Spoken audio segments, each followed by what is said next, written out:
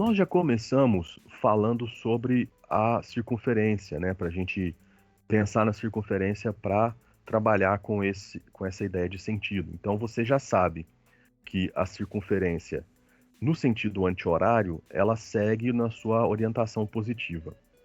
No sentido horário, ela segue na sua orientação negativa. Só que na nossa parametrização, aquela R cosseno T, R seno T, ela está colocada no sentido positivo. Então agora vamos usar aquela fórmula que a gente estabeleceu no slide anterior, para nesse exemplo, calcularmos a parametrização da circunferência no sentido oposto do crescimento de t no intervalo de 0 a 2π.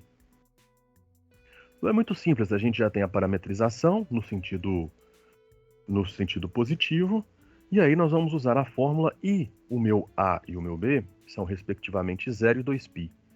Então a minha f menos de t vai ser igual a f de 0 mais 2π menos t. 0 mais 2π é 2π, então é f de menos t mais 2π.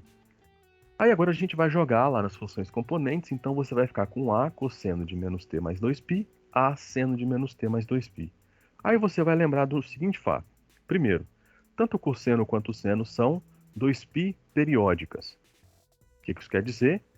Quer dizer que o cosseno de menos t mais 2π é igual ao cosseno de menos t.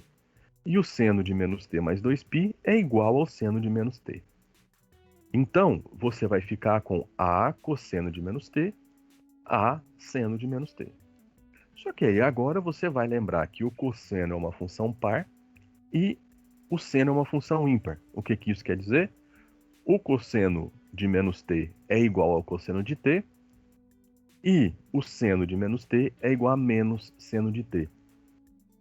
Então aí nós encontraremos a parametrização da circunferência no sentido oposto, como sendo a cosseno de t menos a seno de t, com o t variando de 0 a 2π. Então perceba que a diferença entre as duas nesse caso está apenas no sinal da segunda função componente, tá? Mas isso muda a orientação da sua curva.